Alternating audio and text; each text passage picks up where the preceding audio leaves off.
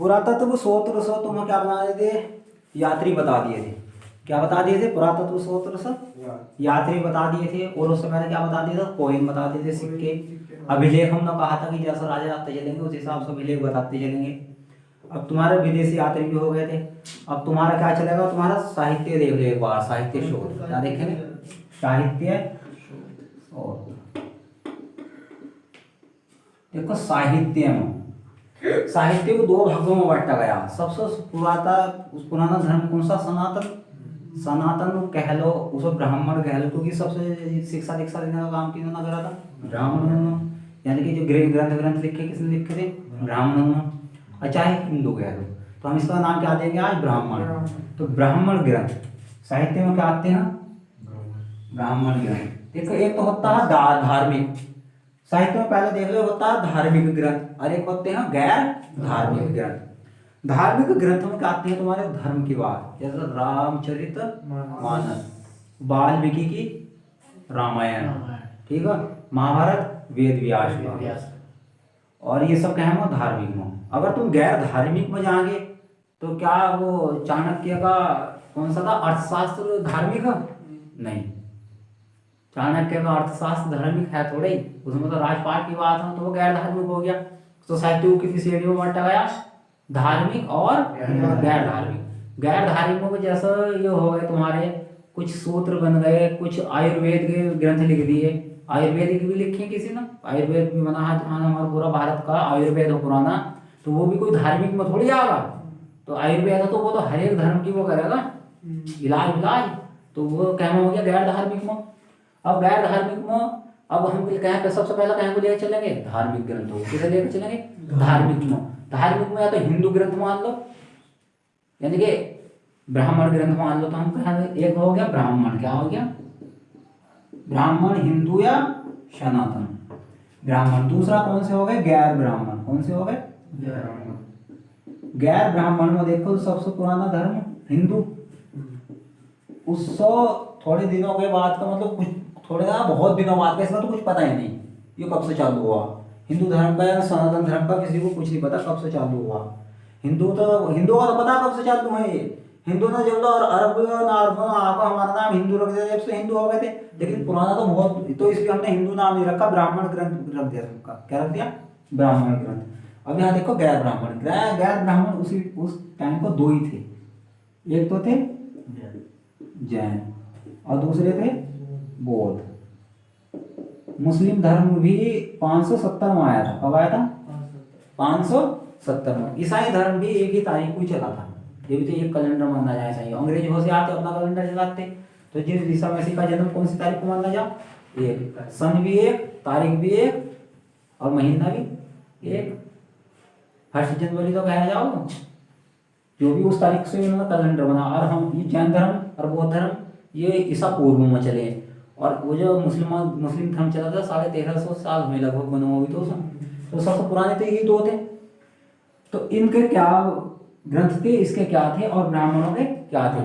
तो सबसे पहले इन दोनों को निपटा हुआ चला। तो बौद्ध धर्म को देखेंगे हम सबसे पहले। क्या को देखें? बौद्ध धर्म को। देखो बौद्ध धर्म में 3 किताब बहुत मेन है। एक तो सूत पिटक, और एक कौन सी थी? विनय पिटक। कौन सी थी? विनय पिटक। और तीसरी कौन सी थी? अभिधम पिटक। और इन तीनों को मिलाकर ही पूरी इसका पूरा नाम क्या देते हैं? त्रिपिटक। क्योंकि 3 हो गई तो कितने हो गए? त्रिपिटक। अगर सूत विनय अभिधम होगा, ये तीनों किताब मिलकर ही किसका निर्माण करती हैं? त्रिपिटक का। ये कहीं भी आ जाते हैं, किस धर्म की किताब है? बौद्ध धर्म की। किसकी है? बौद्ध धर्म की। इसके बाद सबसे मेन जो बौद्ध धर्म में एक चलेगी अंगुत्तर निकाय। क्या चलेगी? अंगुत्तर निकाय। अंगुत्तर निकाय। अंगुत्तर निकाय को क्या लिख दूं अगर मैं? 16। क्या लिख दूं? कोई दिक्कत तो नहीं होनी चाहिए, आपको पता चल जाएगा 16 में लिखा। दूसरी कौन सी भाई तुम्हारी? ललित विस्तार। क्या थी? ललित विस्तार। ललित विस्तार को मैं जेपी लिख सकूं। क्या लिख सकूं? जेपी। और तीसरी थी भैया जातक। क्या थी? जातक। जातक को मैं 200 लिख दूं। क्या लिख दूं? देखो अंगुत्तर निकाय 16 से लिखा, क्योंकि वो पुराने हिंदुस्तान में कितने जनपद थे, कितने महाजनपद थे? तो इसमें सारे 16 के 16 महाजनपदों का परिचय पूरा का पूरा किस निकाय में? अंगुत्तर निकाय किताब में इसमें 16 महाजनपद दिखाए गए हैं। क्या दिखाए गए हैं? 16 महाजनपद। अगर हम इसमें लिख दूं जीवन परिचय, क्या हो गया? तो ललित विस्तार में महात्मा बुद्ध का पूरा जीवन परिचय, जन्म से लेकर मरण मृत्यु तक, ठीक है। तो महात्मा बुद्ध का जीवन परिचय किसमें मिलेगा? ललित विस्तार में। तीसरा आगे तुम्हारे जातक कथाएं, 200 के लगभग कथाएं हैं इसमें महात्मा बुद्ध के पूर्व जन्म की भी, पूर्व जन्म की ही कथाएं हैं सारी। तो किसमें मिलेगी वे? जातक, ठीक है। जो हो गए तुम्हारे इस को इतना कुछ नहीं पूछते, इतना ही पूछेंगे, ये किताब हो गई इसकी, ठीक है। जैसे बौद्ध धर्म, अब तो हम किताब के बारे में बता रहे हैं, बताएंगे तो बौद्ध धर्म के बारे में भी जो वो टॉपिक चला उसके बाद में बताएंगे, जैन धर्म का टॉपिक चला वो बाद में बताएंगे, यानी कहाँ इनका जन्म हुआ था, कहाँ गए, कब ज्ञान प्राप्त हुआ, वो तो सब बात का टॉपिक। अभी सिर्फ हम किताबों के बारे में बता रहे हैं। एक तरीके से तुम पुरातत्व स्रोत की जानकारी दे रहे हैं कि क्या ऐसा वो पता चलता पुराने टाइम के बारे में। फिर कौन सा था? जैन धर्म। तो जैन धर्म में जितने भी सूत्र लिखे हुए मिल जाएंगे, किसी के पीछे क्या लिखा हुआ मिल जा, तो समझ लो सूक्त या सूत्र लिखा है मिल जा, सूत्र मिल जा लिखा हुआ, तो वो किस धर्म की किताब मानी जाएगी? जैन धर्म की। और दूसरा अगर तुम हो आदि पुराण, क्या लिखा है मिल जा? आदि पुराण। कुछ लोग इसको गलत आंसर लगाएंगे, कुछ बालक क्या करेंगे, इसको गलत करेंगे। आदि पुराण को कहाँ खोज देंगे? ब्राह्मण करेंगे नहीं, क्योंकि ना पुराण तो यही लिखे गए हैं, तो आदि पुराण तो बहुत पुराना पुराण होगा, तो ये सब वहां कर देंगे ठाक। जबकि आदि पुराण किसकी रचना है? जैन धर्म की, समझ गए।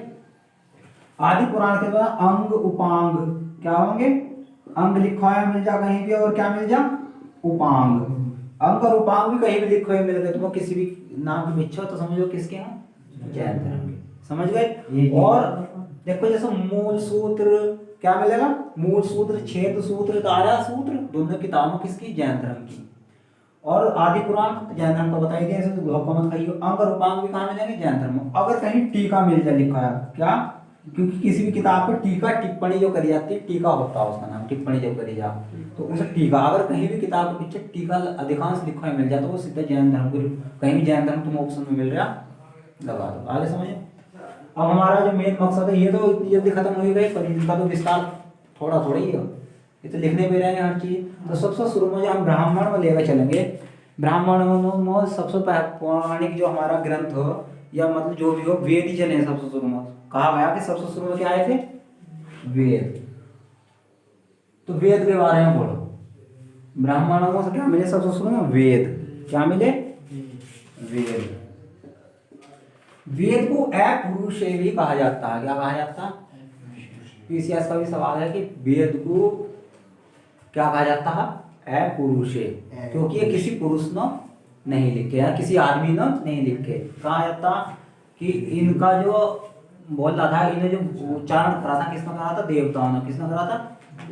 लिखने वाले कोई और थे, लेकिन उच्चारण किसने बताया था? कि इन किताबों में लिखकर देवताओं ने बताया था। तो वेद को क्या कहा जा? अपुरुष है। तो सबसे पुराना वेद जो था हमारा कौन सा था? ऋग्वेद। ऋग्वेद भैया, ऋग्वेद जो ऋचाओं का वेद हो। किसका वेद है? ऋचाएं। इसमें ऋचाएं रची गई हैं। और ऋचाएं का निर्माण कौन करते हैं? सूक्त। कौन करते हैं? सूक्त। ऋचाओं का निर्माण कौन करता है? सूक्त होते हैं। सूक्त से क्या का निर्माण चलता है? ऋचाओं का। किसका? ऋचाओं का। और तुम्हारा मतलब गायत्री मंत्र भी ऋग्वेद की ही देन है। गायत्री मंत्र किसकी देन है? ऋग्वेद। गायत्री मंत्र कहाँ मिला है? ऋग्वेद में। सूक्त हो और भाग हो इसके, ऋग्वेद के कितने भाग हो? 10 भाग। ऋग्वेद कितने भागों में बांटा गया? 10। लगभग 10,028 सूक्त हो इसमें। 10,028 सूक्त हो इसमें। और ऋचाएं हो, सूक्त हो। और संकलन जो करा था, वेदों का संकलन किसने करा था? वेदों का संकलन करता कृष्ण द्वैपायन वेद व्यास ने। संकलन यानी कि इकट्ठा करा था वेदों को, इकट्ठा करा था। संकलन करना एक तरीके से लगाना, हिसाब से लगाना, वो किसने लगाया था? कृष्ण द्वैपायन वेद व्यास। अब वो वेद व्यास भूल जाओ जिसने वो लिखी थी महाभारत, वो अलग है, वो अलग है। उनके भाई खाली क्या है? वेद व्यास। वो खाली क्या उनका नाम? वेद व्यास। लेकिन अगर वेदों का संकलन करा जाएगा तो उनके नाम पे क्या लिखा है? कृष्ण द्वैपायन। क्या आएगा? कृष्ण द्वैपायन। कृष्ण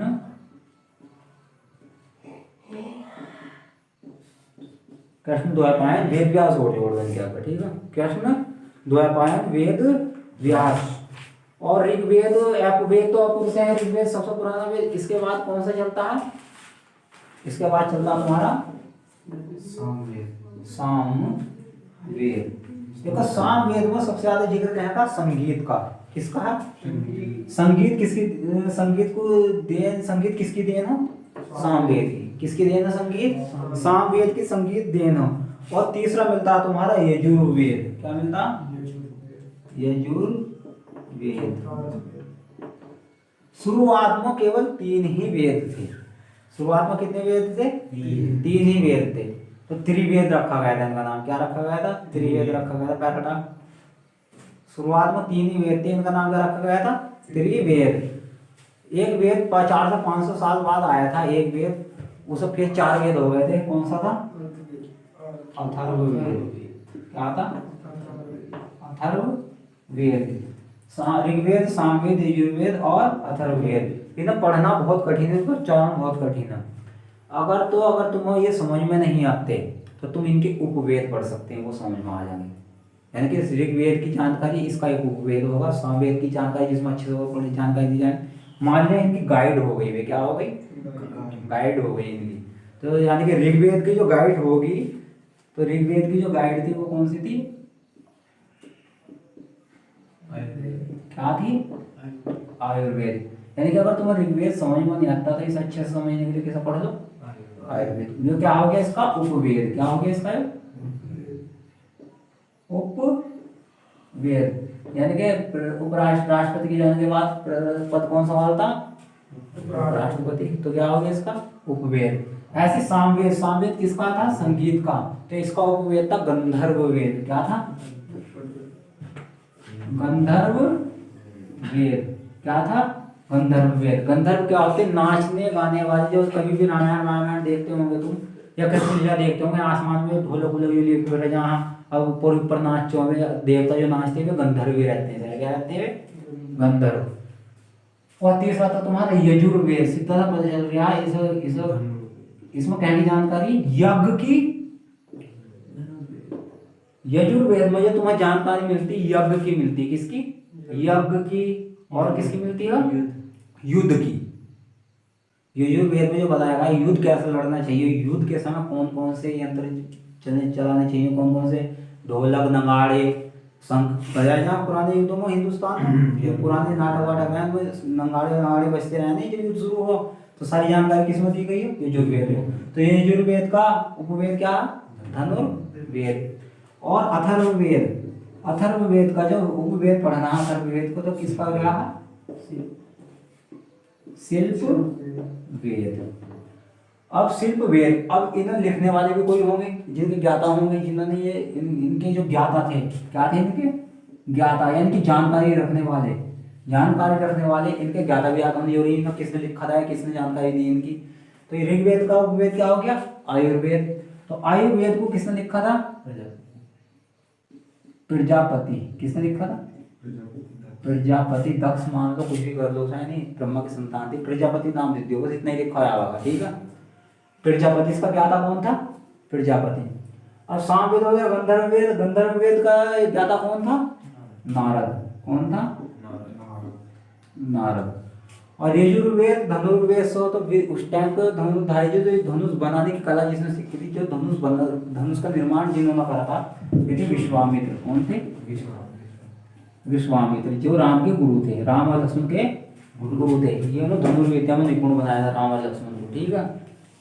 अब अथर्ववेद तो सीधा से इसमें तो कोई नियम लगाने की जरूरत ही नहीं, कोई तुकबिंदु बढ़ाने की जरूरत नहीं, सीधा क्या कर देंगे? विश्वकर्मा। जब जानकारी ना नहीं बोल रहे कौन थे इसके? शिल्पवेद के विश्वकर्मा। अब तुम्हें पता है ऋग्वेद नहीं आ रहा समझ में तो क्या पढ़ो? ये भी समझ में नहीं आता तो इनका ब्राह्मण ग्रंथ पढ़ो। ऋग्वेद अगर समझ में नहीं आता, इससे भी समझ में नहीं आता तो क्या पढ़ेंगे? ब्राह्मण। इसे पढ़ लो। ये समझ में नहीं आ रहा है, इसे पढ़ लो। ये समझ में फिर भी नहीं आ रहा, क्या पढ़ेंगे? मॉडल। क्या पढ़ेंगे फिर? भाई पेपर धोरे को आगे कह के जानकारी देकर जल्दी हम मॉडल की। भाई हम ऋग्वेद समझ में नहीं आता, उसकी गाइड ढाली उपवेद। अब गाइड से भाई इतना लंबा चौड़ा कौन पढ़ो, थोड़ी सी एकदम से जानकारी दे दी सारी, क्या करनी, तो हम क्या पढ़ेंगे, ब्राह्मण ग्रंथ पढ़ेंगे। तो ये ब्राह्मण ग्रंथ क्या होगा, जो मॉडल लेते वाला एंड टाइम बताओ, मॉडल आ गए, ले लो उठा लो, इतने से ही सारी चीज समझ जा। तो क्या थे इनका ब्राह्मण ग्रंथ कौन था, ऋग्वेद का था, एक था कौन सा, ऐतरेय, कौन सा था, ऐतरेय, और दूसरा कौन सा था, कौस्तिकी, कौन सा था, कौस्तिकी, बताओ, बताते रहो, कौस्तिकी। तो इसके दो ब्राह्मण ग्रंथ थे, ऋग्वेद के कितने ब्राह्मण ग्रंथ थे, तो इनसे जल्दी और समझ में आ जाएगा, ऐतरेय और कौस्तिकी। इसका सीधा सा एक हमने क्या लिख दिया, एक, इससे एक से याद कर लो, क्या कर लो, एक, ट्रिक हो गई एक, ऐसो ऐतरेय कैसो कौस्तिकी। और जो तो सामवेद का अगर ब्राह्मण ग्रंथ को लेंगे हम, सामवेद का ब्राह्मण ग्रंथ लेंगे तो कौन सा आएगा, पंचविश, पंचविश। और अगर हम यजुर्वेद का ऐसे ही ब्राह्मण ग्रंथ लेंगे तो यजुर्वेद का कौन सा था, कौन कौन से थे, तैतरेय, कौन सा था, तैतरेय, और कौन सा था दूसरा, शतपथ, शतपथ, और लास्ट का क्या था, गोपथ, क्या था, गोपथ।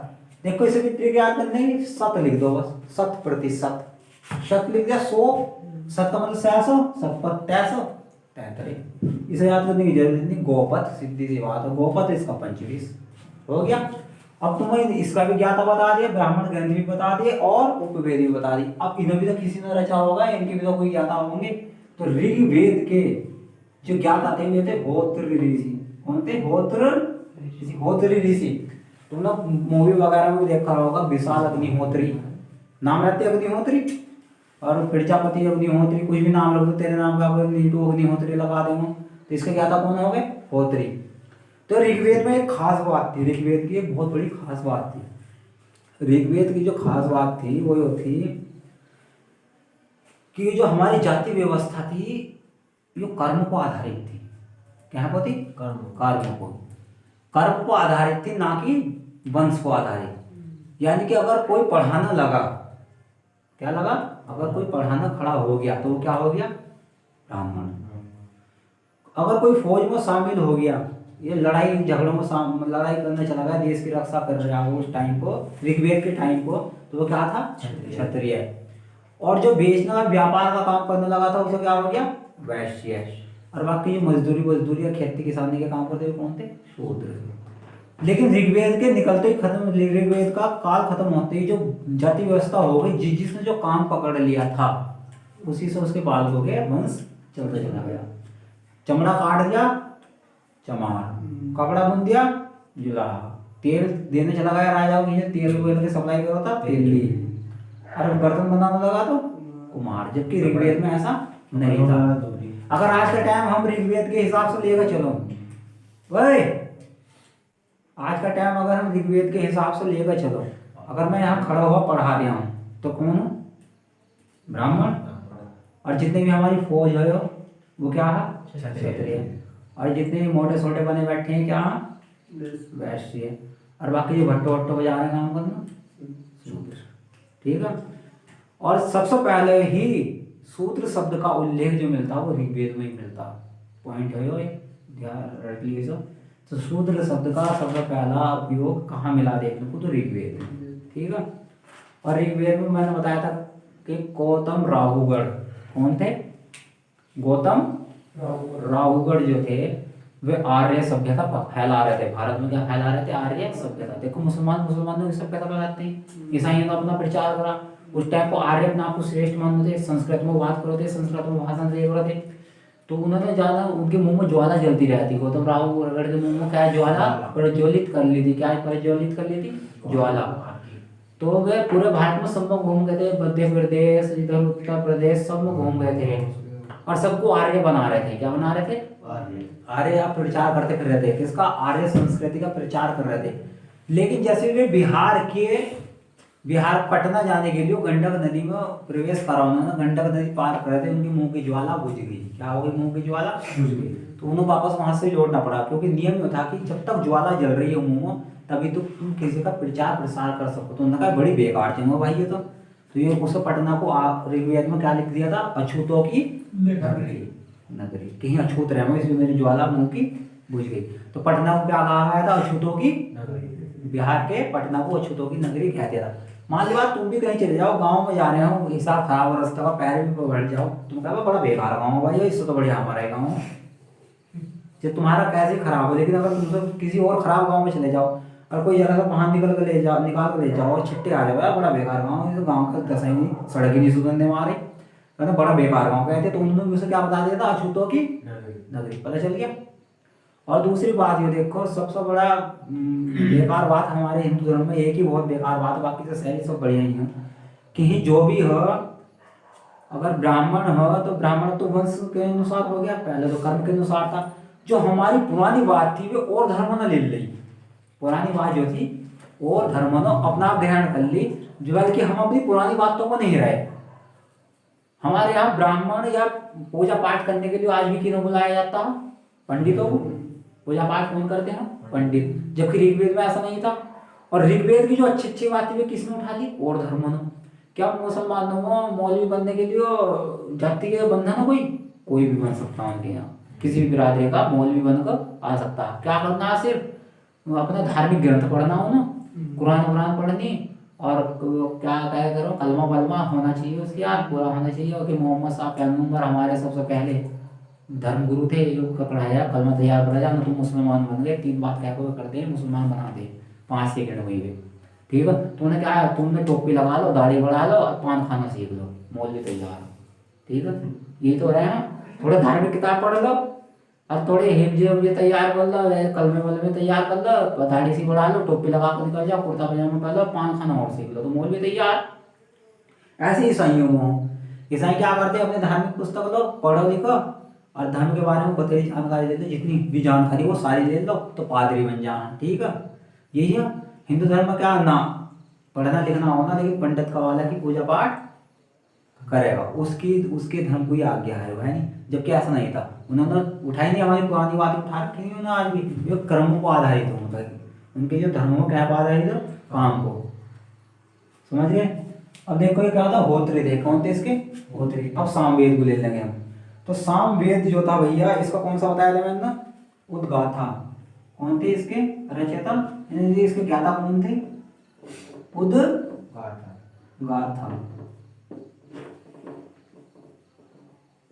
और यजुर्वेद में धनुर्वेद की बात है, और यजुर्वेद के जो ज्ञाता थे वे कौन थे? अधर्यु। कौन थे? अधर्यु। अधर्व्याय बना दिया, अधर्यु बोला जाए, ऐसा अधर्यु बोल दो तो अधर्यु। थोड़ी टोन सी मिल रही है इसकी, मिल रही नहीं? आपको इसमें निकल रहा और इसमें मिल रहा है, ऐसे याद चलो। अब भैया सबसे हल्का याद करना है इसको, अथर्ववेद के जो ज्ञाता थे वे सीधे थे कौन थे? ब्रह्मा। ठीक है, याद हो जाएगा।